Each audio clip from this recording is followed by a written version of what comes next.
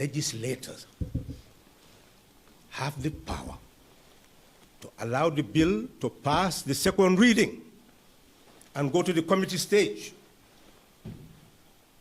When it goes to the committee stage, their duty is to consult the Gambian people.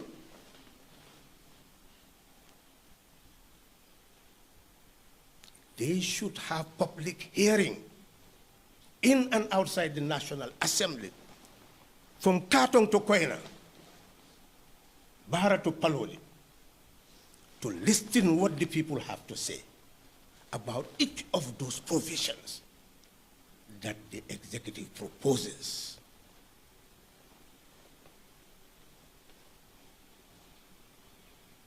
They have the might and authority to dismantle everything that the executive put in its proposal.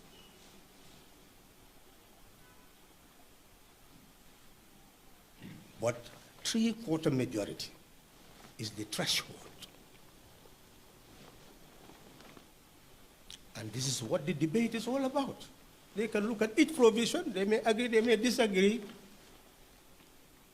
If they see that the disagreement does not allow them to ultimately have the 3/4 threshold in the third reading, well, the nation will know who was against what and who did what, who is to be blamed for what.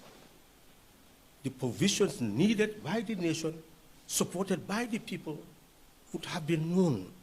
If it is rejected by a few who made it impossible to have 3/4 majority, the population will know.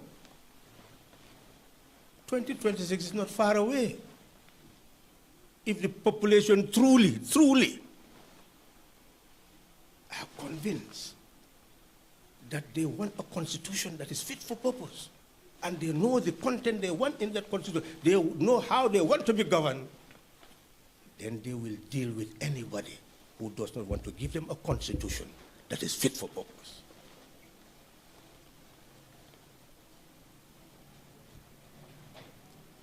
So therefore, this opportunity we have that we never had for the nation to engage in consultation in order to prepare for a new republic must not at all be lost.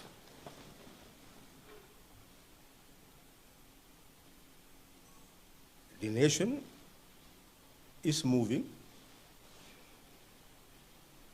We are told that a budget of 37.8 billion has been passed into law,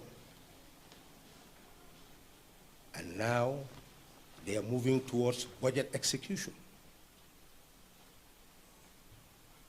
Interestingly enough, to handle the National Debt Service, the sum has increased from 2024 to 2025 from 7 billion to 11 billion. 11 billion.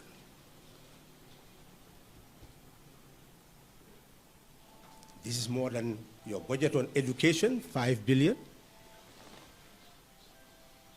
or health, 2.7 billion, or works, 2.2 billion, agriculture, 900 and something million. So you are a nation thriving on debt.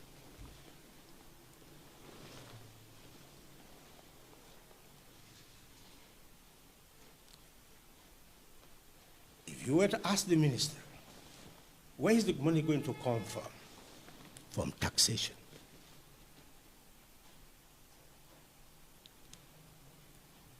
And non-tax sources, they're talking about asset recycling will contribute $50 billion. Over 3 billion, according to their own calculation. Asset recycling, recycling your bridge. Nations build bridges airports, seaports, to facilitate the transportation of goods, the movement of people, services, in order to facilitate development.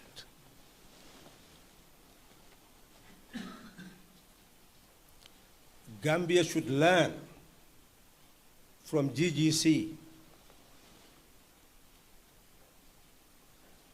The previous government came, of course, the government of the First Republic took GPMB, that's what GGC was called, bankrupted it, and sold it for 26 million. And even in selling it, is by installment, 7 million one year, 7 million, and 6 million the last year.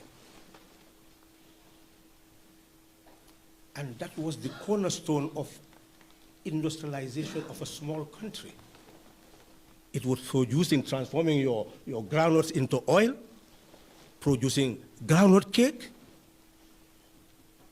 and then dump the shells. You see close to the bridge where they used to dump the shells, and then it will be inflamed, burnt, pollute the whole environment. How many years Doi told you what could be done with that groundnut shell? Now, they are purchasing the groundnut shell at very expensive prices and using it to fuel what will heat the boilers in order to produce electricity. Now it's an industry. Buying groundnut shells is an industry for some people. For a nation that does not know how to make